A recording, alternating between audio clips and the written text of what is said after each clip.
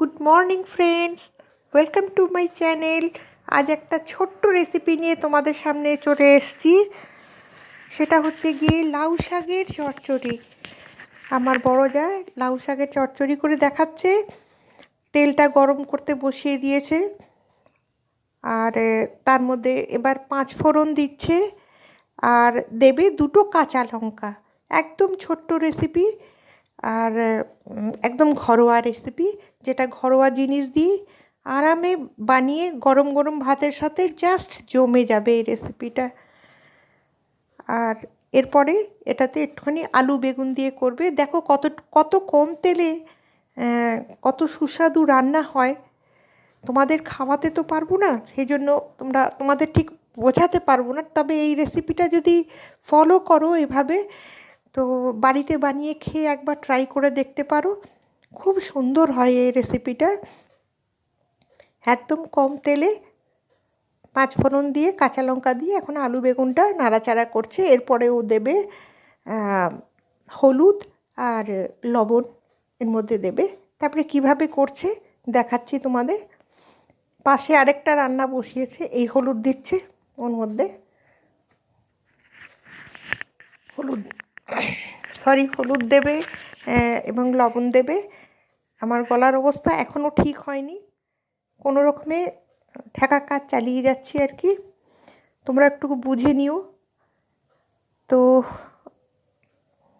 এবার আলু বেগুনটা একটু ভাজা ভাজা করছে, পাশেও মোরলা মাছের চচ্চড়ি করছে, কাজে ওটাও নাড়ছে এটাও করছে একই সাথে।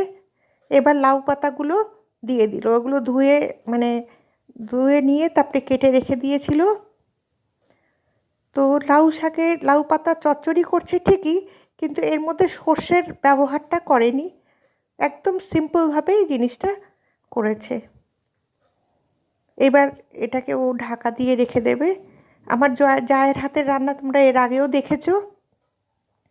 আর মোরলা মাছের চচ্চড়িটা দেখাচ্ছি না এই জন্য, যেহেতু মোরলা মাছের চচ্চড়ি আমি অলরেডি তোমাদের দেখিয়ে ফেলেছি। এবার ও এটাকে ঢাকা দিয়ে একটুখানি কম আঁচে সিদ্ধ করতে বসিয়ে দিয়েছিল। আর এখন পাতাটা একদম সিদ্ধ হয়ে গেছে, আলু বেগুনটাও মজে গেছে পুরো। তো এর মধ্যে ও দেবে চিনি। এদিকে একটু মোরলা মাছটা তোমাদের দেখিয়ে দিলাম ও কেমনভাবে করছে। এর মধ্যে একটুখানি মিষ্টি না দিলে চলে না, কেননা শাক পাতাতে অল্প একটুখানি মিষ্টি দিলে পরে, মানে চিনি দিলে পরে টেস্টটা এনহ্যান্স হয়। আর তোমরা অবশ্যই করে জানিও বন্ধুরা, আমার জায়ের হাতের একদম সিম্পল রেসিপি এটা তোমাদের কেমন লাগলো, লাউ পাতার দিয়ে রেসিপি।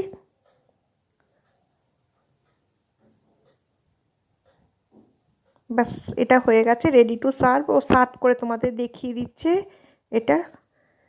তোমরা অবশ্যই কমেন্টস করে জানিও এই ছোট্ট রেসিপিটা তোমাদের কেমন লাগলো, একদম ঘরোয়া পদ্ধতিতে। তাহলে আজকে আসি, কাল আবার অন্য কোনো নতুন রেসিপি নিয়ে তোমাদের